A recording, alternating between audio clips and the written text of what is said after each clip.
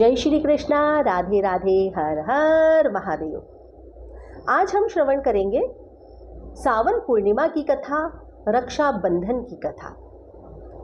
रक्षाबंधन कृष्ण और द्रौपदी के बीच का बंधन, प्यार, दोस्ती, बंधन और रिश्ते किसी भी भारतीय त्योहार का सार है और यह रक्षाबंधन के लिए भी सच है। यह श्रावण के पवित्र महीने में शुक्ल पूर्णिमा को भाई और बहन के बीच एक अटूट बंधन का जश्न मनाता है।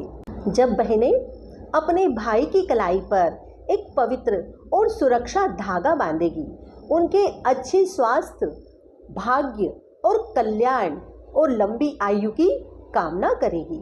पवित्र धागों से बंधे हुए भाई अपनी बहनों को बचाने का वादा करेंगे।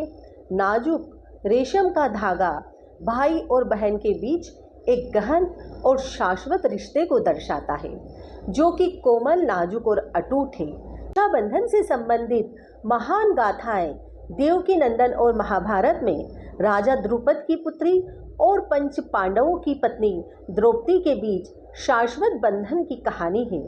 कृष्ण और पांचाली दोनों का हिंदू पौराणिक कथाओं में विशेष स्थान है और ऐसा माना जाता है कि रक्षाबंधन का शुभ अवसर महाकाव्य कुरुक्षेत्र युद्ध के दौरान श्याम सुंदर और द्रौपदी के साथ ही शुरू हुआ था।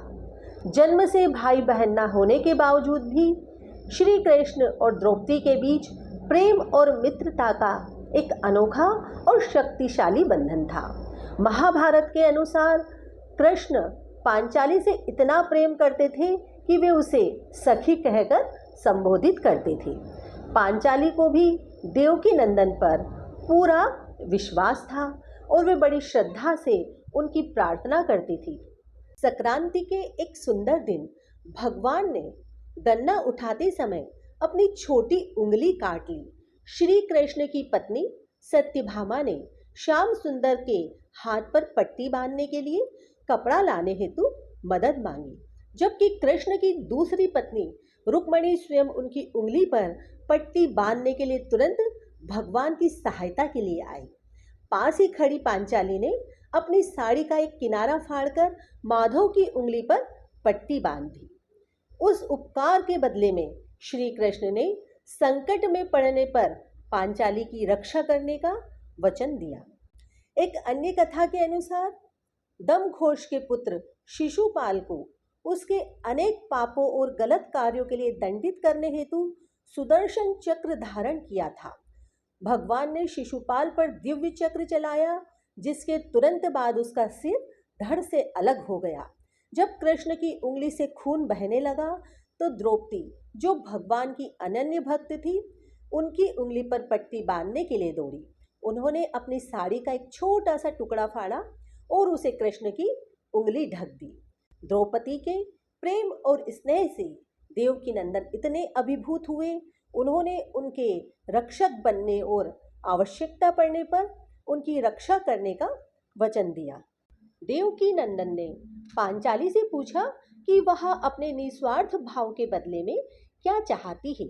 द्रौपदी ने एक प्रेममयी और समर्पित बहन की तरह कृष्ण से अपने जीवन में सदैव सुरक्षा और उपस्थिति की याचना की।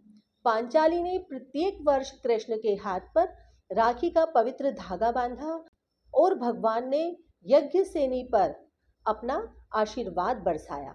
श्री कृष्ण ने अक्षयम शब्द का उच्चारण किया और अनंत का प्रतीक एक आशीर्वाद दिया। द्रौपदी के उपकार का बदला चुकाने के लिए भगवान कृष्ण ने द्रौपदी के सम्मान की रक्षा की। जब कौरवों ने दरबारियों से भरे दरबार में पांचाली के पतियों के सामने उसका चीरहरण करके उसका अपमान करने का प्रयास किया, कृष्ण के आशीर्वाद से जब दुशासन ने द्रौपदी का चीरहरण करने का प्रयास किया तो उसकी साड़ी अनंत हो गई। इस प्रकार श्री कृष्ण ने पांचाली की रक्षा की, ठीक वैसे ही जैसे एक भाई अपनी बहन की सभी बुराइयों से रक्षा करता है। रक्षाबंधन की कथा कृष्ण और द्रौपदी के पावन रिश्ते की कथा। धन्यवाद।